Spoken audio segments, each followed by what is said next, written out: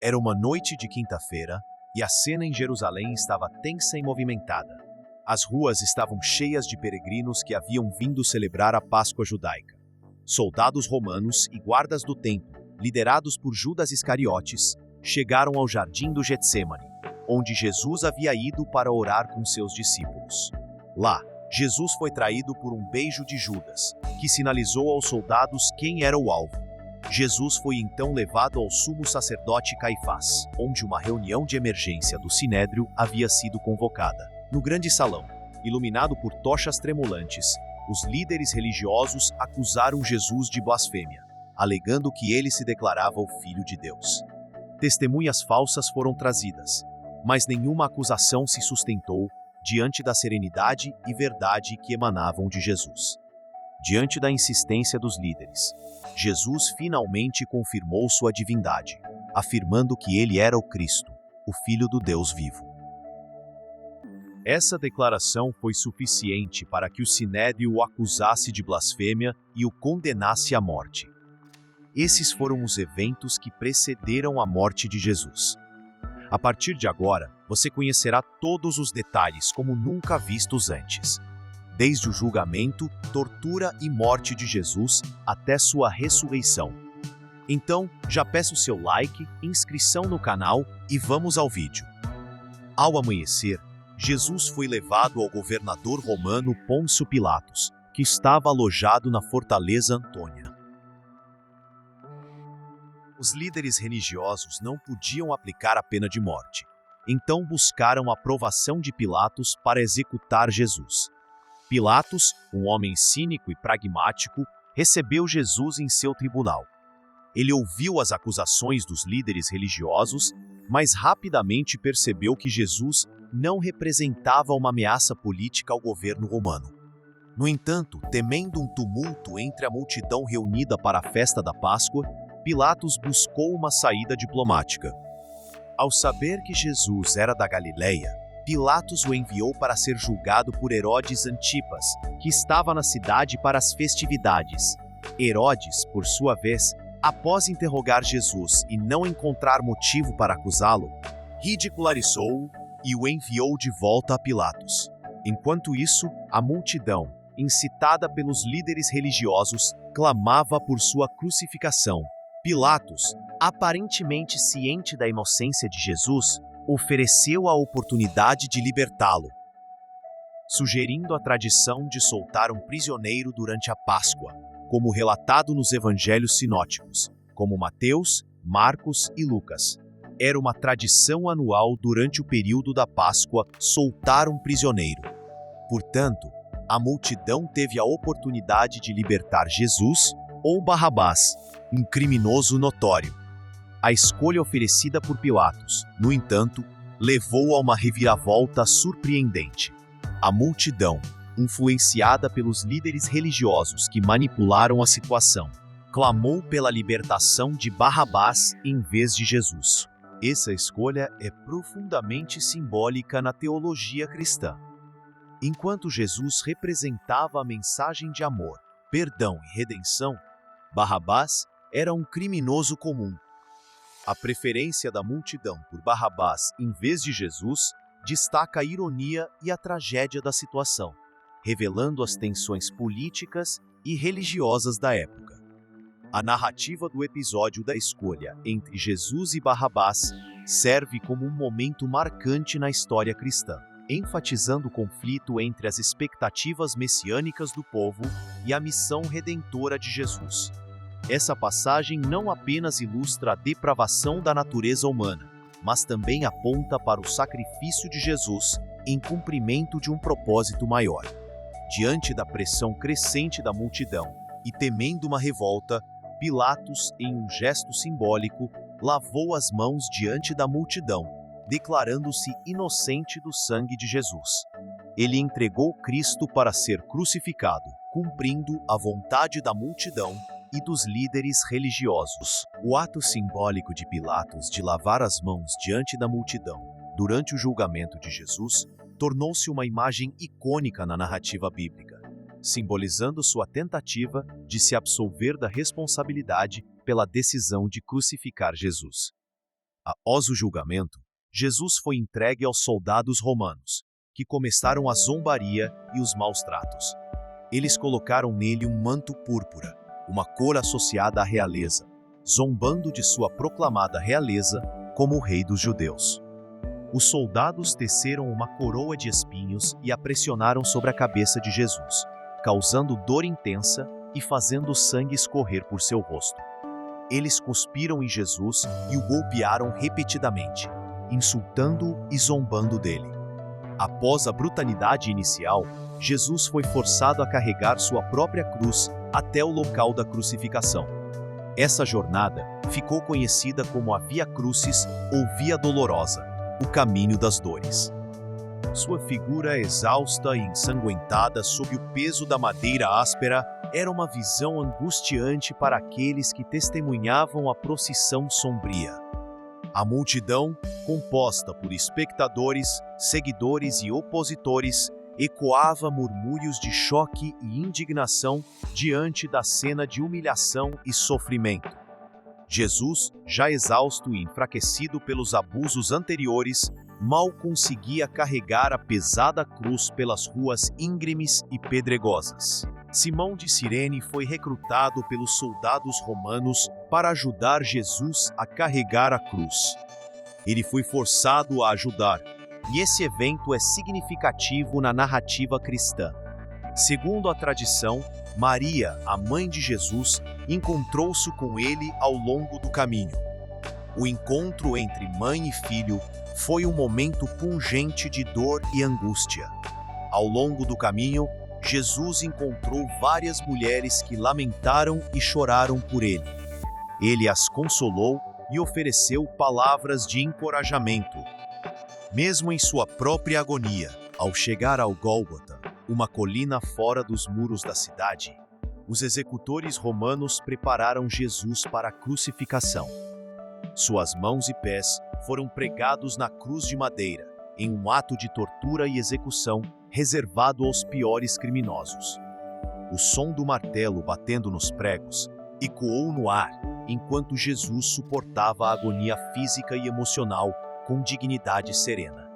A cruz foi então erguida, e Jesus ficou suspenso entre o céu e a terra como um símbolo de sofrimento e redenção.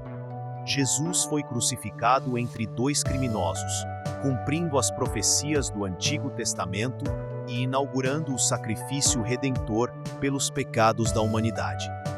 A multidão se reuniu ao redor, alguns zombando e escarnecendo dele, enquanto outros choravam em silêncio, incapazes de suportar a visão de seu amado mestre em estado agonizante. Naquele momento, Pilatos, o governador romano da Judéia, ordenou que uma inscrição fosse feita e fixada na cruz de Jesus. Em um aparente gesto de clemência e sarcasmo, Pilatos instruiu seus soldados a redigir uma inscrição que declarava: Jesus de Nazaré, o Rei dos Judeus. Essa ordem foi uma tentativa de ridicularizar a realeza proclamada por Jesus e desacreditá-lo diante do povo judeu, ao mesmo tempo em que afirmava a autoridade de Pilatos sobre a situação. Em meio a essa cena de sofrimento e agonia, as palavras de Jesus na cruz ecoaram através dos séculos, revelando sua compaixão e sua missão redentora.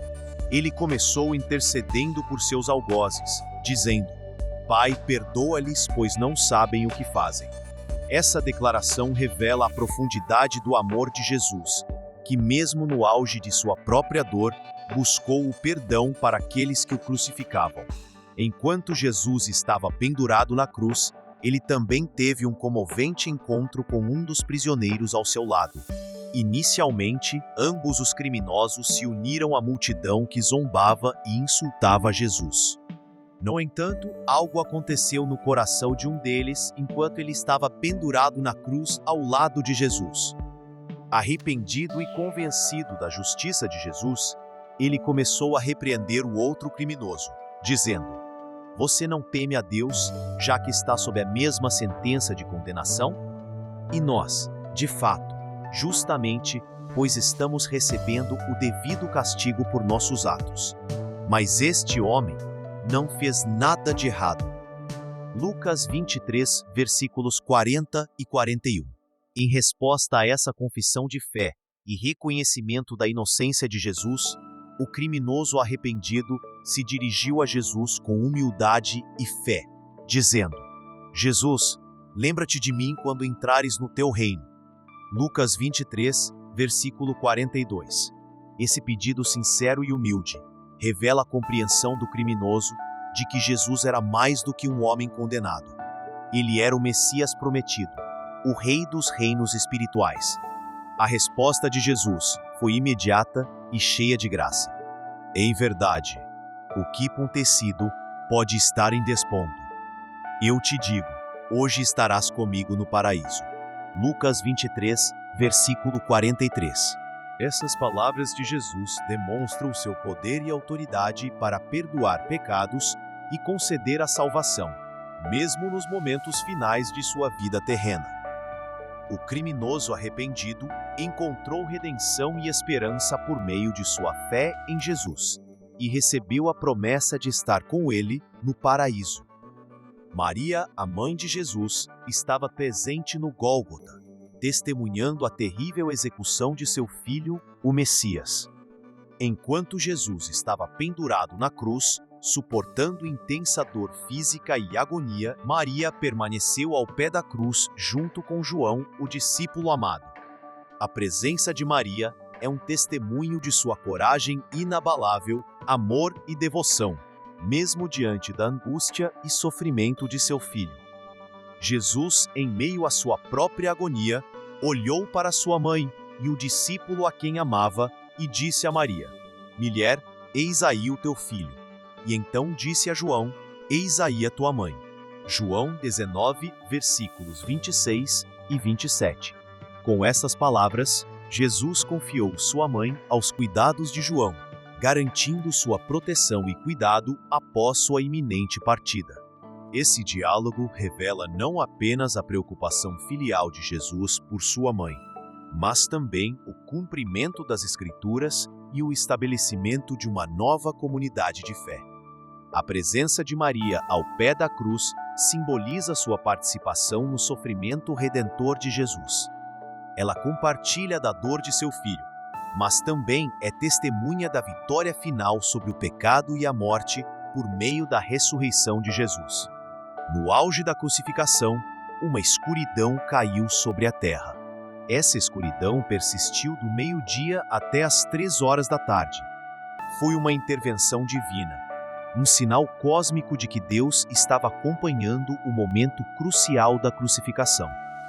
Os teólogos veem a escuridão como um momento simbólico em que Deus, ao escurecer a terra, demonstra seu luto pela morte de seu filho, indicando a retirada temporária da luz divina devido à importância do sacrifício. Essa ideia é reforçada e alinhada com as profecias do Antigo Testamento, como Amós 8, versículo 9, que declara: E acontecerá naquele dia, diz o Senhor Deus, que farei o sol se pôr ao meio-dia e escurecerei a terra em pleno dia. Essa profecia aponta para um momento de julgamento divino e escuridão sobre a terra, que foi literalmente cumprido durante a crucificação de Jesus.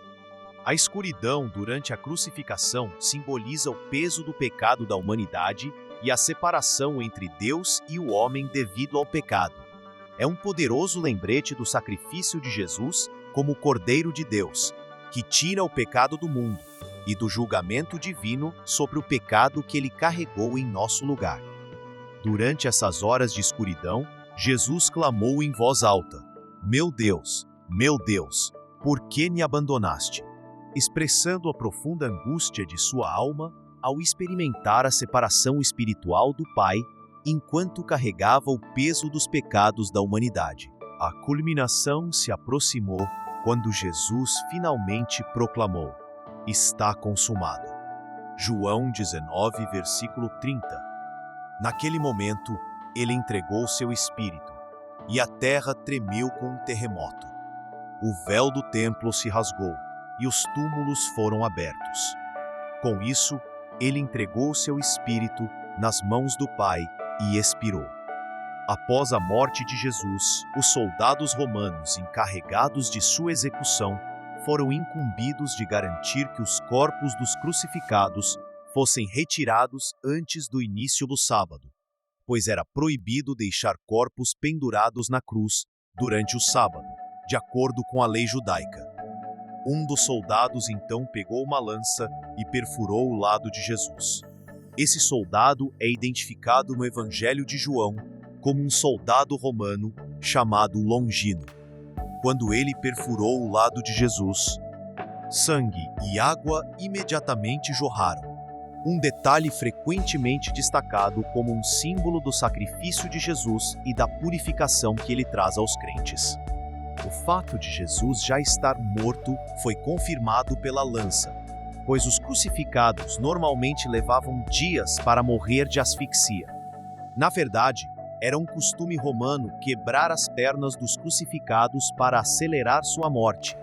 Mas no caso de Jesus, isso não foi necessário, cumprindo uma profecia messiânica do Antigo Testamento, que dizia que nenhum dos ossos de Jesus seria quebrado. Após a morte de Jesus na cruz, uma atmosfera de tristeza e desolação pairou sobre Jerusalém. No entanto, em meio à escuridão e ao desespero, dois homens surgiram e desempenharam papéis fundamentais no sepultamento de Jesus: José de Arimateia e Nicodemos. José de Arimateia, membro do Sinédrio e discípulo secreto de Jesus, ousadamente se aproximou de Pilatos para pedir o corpo de Jesus. Esse gesto de coragem e devoção evidenciou a mudança de coração de José, que anteriormente havia permanecido em silêncio por medo dos líderes religiosos. Nicodemos, também membro do Sinédrio e discípulo de Jesus, juntou-se a José nessa missão, trazendo uma mistura de mirra e aloés para preparar o corpo de Jesus para o sepultamento. A união desses dois homens, que antes haviam mantido sua fé em Jesus em segredo, agora revelava sua lealdade e devoção a todos. Ao receber o consentimento de Pilatos, eles retiraram o corpo de Jesus da cruz e o envolveram em linho, de acordo com os costumes funerários judaicos. José de Arimateia forneceu um túmulo novo e não utilizado, escavado na rocha, onde o corpo de Jesus seria colocado. Esse túmulo, localizado em um jardim perto do Gólgota, tornou-se o local de descanso final de Jesus. As palavras de João, capítulo 19, versículos 41 e 42, descrevem esse momento de forma comovente. No lugar onde ele foi crucificado, havia um jardim, e no jardim, um túmulo novo, no qual ninguém ainda havia sido colocado. Então, por causa da preparação dos judeus, como o túmulo estava próximo, eles colocaram Jesus ali. Nicodemos trouxe cerca de 100 libras de uma mistura de mirra e aloés, usada para envolver o corpo de Jesus, como descrito em João 19, versículos 39 e 40. Após o sepultamento de Jesus, conforme registrado nos evangelhos, o local foi cuidadosamente guardado pelos líderes religiosos e autoridades romanas. Mateus 27, versículos 62 a 66, relata que, no dia seguinte à crucificação de Jesus, os principais sacerdotes e fariseus foram a Pilatos para pedir que o túmulo de Jesus fosse guardado, temendo que os discípulos roubassem o corpo. O motivo da guarda do túmulo era o medo dos líderes religiosos de que o corpo de Jesus fosse roubado e uma história de ressurreição fosse inventada pelos discípulos. Eles estavam preocupados que isso pudesse causar agitação entre o povo e desafiar a autoridade estabelecida. Portanto, colocar guardas no túmulo e selar a pedra foram medidas tomadas para garantir que o corpo de Jesus permanecesse onde foi colocado e para evitar qualquer possibilidade de tumulto ou distúrbio público.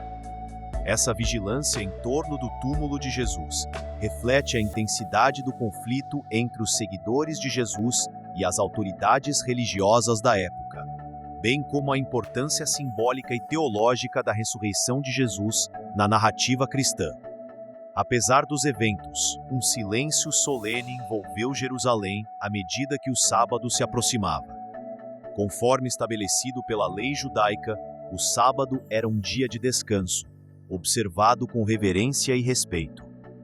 Lucas 23, versículo 56 relata: Então elas foram para casa e prepararam especiarias e perfumes, mas descansaram no sábado, em obediência ao mandamento. Enquanto isso, os discípulos se reuniram em segredo, em luto e desespero. Eles se lembraram das palavras de Jesus sobre sua morte e ressurreição, mas o significado dessas palavras ainda não estava claro para eles. Mateus 26, versículos 31 e 32, narra Jesus dizendo: Esta noite todos vocês cairão por minha causa, pois está escrito: Ferirei o pastor e as ovelhas do rebanho serão dispersas. Mas depois que eu ressuscitar, irei adiante de vocês para a Galiléia. Maria, a mãe de Jesus, também compartilhou da dor dos discípulos. Ela havia testemunhado a tortura e a morte de seu filho com uma dor indescritível. No entanto, mesmo em meio à tristeza e à incerteza, uma pequena centelha de esperança permaneceu nos corações dos discípulos. Eles se lembraram das promessas de Jesus de que ele ressuscitaria dos mortos. Marcos 9, versículo 31, relata: Pois ele estava ensinando os seus discípulos e lhes dizia: O Filho do Homem será entregue nas mãos dos homens, e eles o matarão. E depois de morto, 3 dias depois ele ressuscitará. Assim, nesse sábado santo, os discípulos mantiveram vigília, orando e esperando pelo que estava por vir. Eles se agarraram à esperança de que o túmulo vazio traria a prometida ressurreição de Jesus, renovando sua fé e restaurando sua esperança. Esse sábado santo, embora silencioso e sombrio, marcou o limiar entre a morte e a vida, a desolação e a redenção. Foi um tempo de espera paciente e expectativa, enquanto o mundo aguardava o amanhecer de uma nova era que surgiria das trevas do túmulo. Ao amanhecer do domingo, um silêncio ansioso envolveu Jerusalém. A cidade ainda estava se recuperando dos dramáticos eventos da crucificação e sepultamento de Jesus. No entanto, algo extraordinário estava prestes a acontecer, algo que mudaria o curso da história para sempre. Conforme o sol nascia no horizonte, um pequeno grupo de mulheres fiéis, incluindo Maria Madalena, Maria, mãe de Tiago, e Salomé, partiu em direção ao túmulo onde Jesus havia sido sepultado. Elas carregavam especiarias e ungüentos para ungir o corpo de Jesus, seguindo os costumes judaicos de preparação dos mortos. Ao chegarem ao túmulo, as mulheres ficaram chocadas ao descobrir que a grande pedra que cobria a entrada havia sido removida. Lucas 24, versículos 2 e 3 registra: E encontraram a pedra removida do túmulo. Mas, quando entraram, não encontraram o corpo do Senhor Jesus. A cena estava vazia. O corpo de Jesus não estava mais lá. Maria Madalena, em sua angústia, correu para informar Pedro e João sobre o desaparecimento do corpo de Jesus. João 20, versículos 3 e 4 narra: Então Pedro e o outro discípulo saíram e foram ao túmulo. Os dois corriam juntos, mas o outro discípulo correu mais rápido que Pedro e chegou primeiro ao túmulo. Pedro e João chegaram ao túmulo e confirmaram o relato de Maria Madalena. Eles entraram no túmulo e viram os lençóis que haviam envolvido o corpo de Jesus, mas o corpo não estava mais lá. Enquanto Pedro e João estavam no túmulo, Maria Madalena permaneceu do lado de fora, chorando. Ela se inclinou para olhar dentro do túmulo e viu 2 anjos vestidos de branco sentados onde o corpo de Jesus havia estado. Eles perguntaram por que ela estava chorando, e ela respondeu que estavam procurando o corpo de Jesus. Enquanto Maria Madalena ainda chorava, ela viu outra pessoa parada do lado de fora. Ela pensou que era o jardineiro e perguntou onde haviam colocado o corpo de Jesus. Então Jesus a chamou pelo nome, e ela o reconheceu. João 20, versículos 16 e 17 registra: Jesus disse a ela: Maria. Ela se virou e disse a ele em aramaico: Rabone, que significa mestre. Jesus disse a ela: Não se agarre a mim, pois ainda não subi ao Pai. Mas vá aos meus irmãos e diga-lhes: estou subindo para meu Pai e vosso Pai, para meu Deus e vosso Deus. Maria Madalena correu para contar aos discípulos que ela havia visto o Senhor ressuscitado. Esse encontro transformador marca o primeiro registro de um encontro entre Jesus ressuscitado e um de seus seguidores. A notícia da ressurreição de Jesus se espalhou rapidamente, e logo outros também tiveram encontros com ele após sua ressurreição. Aqui, vale mencionar dois encontros notáveis. O primeiro ocorreu na estrada de Emaús, após a ressurreição de Jesus, onde dois discípulos estavam imersos em tristeza e desespero. Um deles se chamava Cleopas, mas o nome do outro não é mencionado nas Escrituras. Eles estavam conversando entre si, compartilhando sua profunda angústia e confusão sobre os recentes eventos em Jerusalém, especialmente a crucificação de Jesus. Enquanto caminhavam, Jesus se aproximou deles, mas eles não o reconheceram. Jesus perguntou sobre o que eles estavam conversando, e os discípulos, surpresos com sua aparente ignorância dos recentes eventos em Jerusalém, explicaram que estavam lamentando a morte de Jesus, a quem esperavam que fosse o Messias que redimiria Israel. Jesus então começou a explicar as Escrituras para eles, mostrando como tudo o que aconteceu era necessário para o cumprimento das profecias. Ele começou com Moisés e passou por todos os profetas, interpretando para eles o que estava escrito sobre ele nas Escrituras. Enquanto Jesus falava, os corações dos discípulos ardiam dentro deles, com uma mistura de emoções, esperança, perplexidade e um despertar da fé. Eles foram atraídos pela sabedoria e autoridade de Jesus em suas palavras. Ao se aproximarem de Emaús, Jesus fingiu continuar caminhando, mas os discípulos insistiram que ele ficasse com eles, pois já estava ficando tarde. Eles se sentaram para comer, e Jesus tomou o pão, o abençoou, partiu-o e começou a distribuí-lo a eles. Naquele momento, os olhos dos discípulos foram abertos, e eles finalmente reconheceram Jesus. No entanto, ele desapareceu de suas vistas. Lucas 24, versículos 31. Com os corações transbordando de alegria e incredulidade, os discípulos refletiram sobre o que havia acabado de acontecer. Eles perceberam que ele era de fato o Messias, o Salvador prometido. Cheios de emoção e urgência, os discípulos imediatamente retornaram a Jerusalém para contar aos outros discípulos sobre seu encontro com Jesus ressuscitado.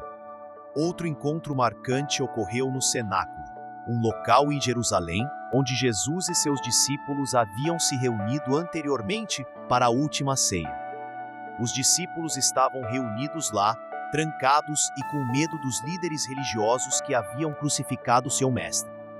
Eles estavam cheios de incerteza e preocupação, sem entender completamente o que havia acontecido e o que o futuro lhes reservava. Enquanto estavam reunidos, de repente, Jesus apareceu entre eles. Lucas 24, versículos 36 e 37 relata: enquanto ainda falavam sobre essas coisas, o próprio Jesus se apresentou entre eles e disse: paz seja com vocês. Mas eles ficaram assustados e com medo, pensando que estavam vendo um espírito. Os discípulos ficaram chocados e assustados ao ver Jesus diante deles.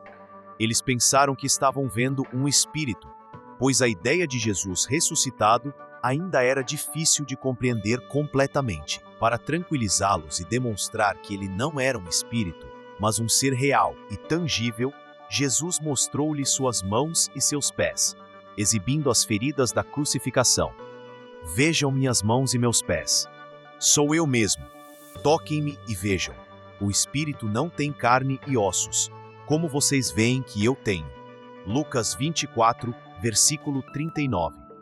Essa visão e interação com Jesus ressuscitado trouxe grande alegria e alívio aos discípulos. Eles agora podiam ver e tocar seu mestre, que havia vencido a morte e estava vivo novamente diante deles. Jesus continuou a tranquilizar os discípulos, compartilhando palavras de paz e encorajamento. Ele deu a eles instruções sobre o que fazer a seguir e os capacitou para a missão que estava por vir. No final desse encontro, Jesus prometeu enviar o Espírito Santo para fortalecê-los e capacitá-los para o trabalho que estavam prestes a realizar. Lucas 24, versículo 49 registra: "E eu enviarei sobre vocês o que meu Pai prometeu, mas fiquem na cidade até que sejam revestidos do poder do alto." O encontro no cenáculo foi um momento crucial na jornada dos discípulos após a ressurreição de Jesus. Foi um tempo de paz, fé renovada e capacitação para a missão de proclamar o Evangelho ao mundo. Esse encontro fortaleceu os discípulos e os preparou para o que estava por vir, dando-lhes coragem e determinação para seguir em frente, mesmo diante das adversidades e desafios que enfrentariam. A ressurreição de Jesus é o evento central e mais significativo do cristianismo, pois representa a vitória de Cristo sobre o pecado, a morte e o poder de Satanás. Ela confirma sua divindade e cumpre as profecias do Antigo Testamento, estabelecendo-o como o Messias prometido e o Salvador do mundo. Além disso, a ressurreição de Jesus inaugura uma nova era na história da redenção, uma era de esperança e renovação espiritual. Ela anuncia o início da nova criação, onde o poder do pecado e da morte é derrotado e a promessa da vida eterna é estendida a todos que se voltam para Jesus em fé e arrependimento. Espero que este vídeo tenha ajudado a tornar seu dia melhor. Que o amor e a alegria da Páscoa encham seus corações e lares, trazendo paz e conforto em meio aos desafios que enfrentamos. Que possamos refletir sobre o sacrifício de Jesus e renovar nosso compromisso de viver de acordo com seus ensinamentos de amor e compaixão. Se você gostou, peço que compartilhe este vídeo com seus amigos e familiares, para que mais pessoas possam conhecer a história e os valores de Cristo. Juntos, possamos espalhar a luz do Evangelho e fazer a diferença em nosso mundo. Obrigado por assistir. Abraços e uma feliz Páscoa!